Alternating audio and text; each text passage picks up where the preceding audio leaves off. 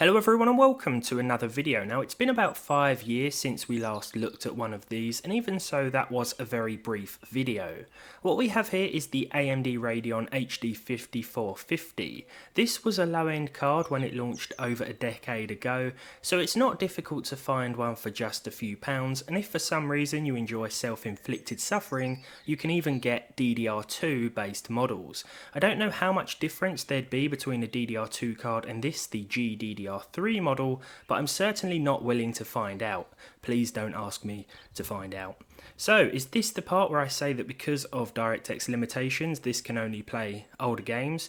Well, no, because the 5450 actually supports DX11. It was among the first AMD cards to do so. Now it's the part where I say that this can only play older games. The reason is actually because it's terrible. Seriously though, this was more of an HTPC card back in the day and a cheap solution for anyone wanting to add multi-monitor support to a pre-built system. But this isn't random looking back at the effectiveness of GPUs in HTPC builds in HD, this is random gaming in HD, so gaming is what we must test.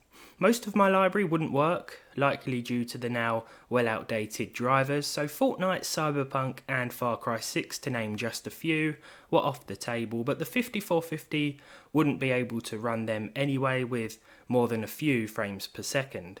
At least not the latter two games. It's good news for CSGO fans, at least those who are happy with less than 60 frames per second, but at least 30. I uploaded a video about Far Cry Primal the other day, but I just wasn't happy with it, so I removed it while I improve a few things. I wanted to mention that before discussing the benchmark results, just for any of you wondering what happened. It's one of my favourite games in the series, and it will start and run on the 5450, but even with the lowest settings, performance leaves a lot to be desired. The prehistoric experience is so realistic it feels like I'm actually playing on a PC from 10,000 years ago. I think a few rocks and some twigs binded together might actually produce a better frame rate. I'm just messing around, the card is actually okay in some AAA games if you don't mind really reducing the graphical quality. GTA 5 is a good example of this. Setting the display resolution to 1280 by 720 and then dropping the resolution scale to 50% will mean a solid plus 30 FPS average. That 0.1% low figure reflects a single major dip in performance that occurred when leaving Michael's driveway, but it didn't happen again after that. I thought it was worth mentioning anyway because it's likely that there will be a few more issues here and there, especially during action-intensive missions and such. I decided to test Skyrim's Special Edition instead of the original, which may have been a mistake. It still looks good even with the low preset at 1280 by 720, but performance isn't brilliant to say the least, and it'll only get worse as we venture into busier areas and towns. It felt like we were getting more performance than this, but as soon as I enabled the River Tuner overlay, the harsh reality of the situation hit me. Overwatch is a game I haven't played in a while, and I don't know why, because it's still just as fun and a great way to kill a few hours, sometimes without realising. As a bonus, it even runs well on the HD 5450 here with 720p resolution, low settings including FXAA and 50% res scaling. It's not exactly the easiest on the eyes, but it's not totally unplayable at this resolution.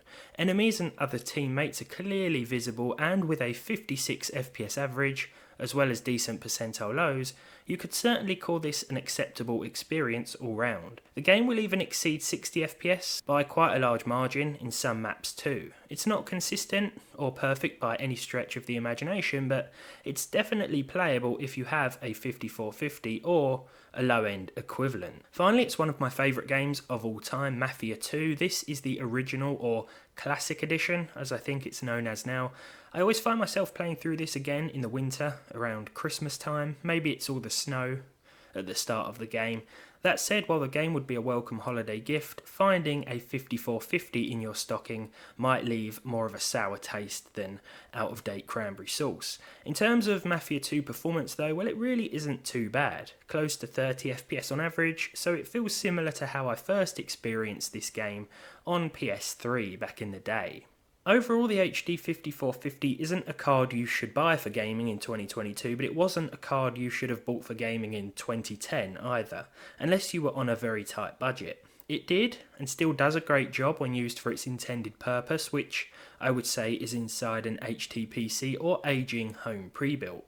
I've made some harsh comments for the sake of humour, but in all seriousness, if you want something really cheap that can output at 1080p, even with Windows 10, and requires no external power, then this might be worth considering. But for gaming, yeah, I wouldn't really go anywhere near it.